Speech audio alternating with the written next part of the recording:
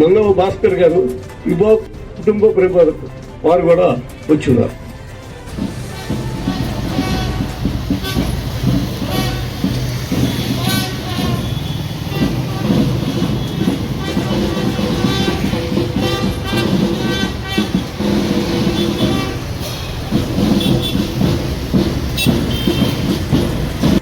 సంఘ యొక్క ఆలోచనని సమాజంలోకి తీసుకెళ్ళాలి.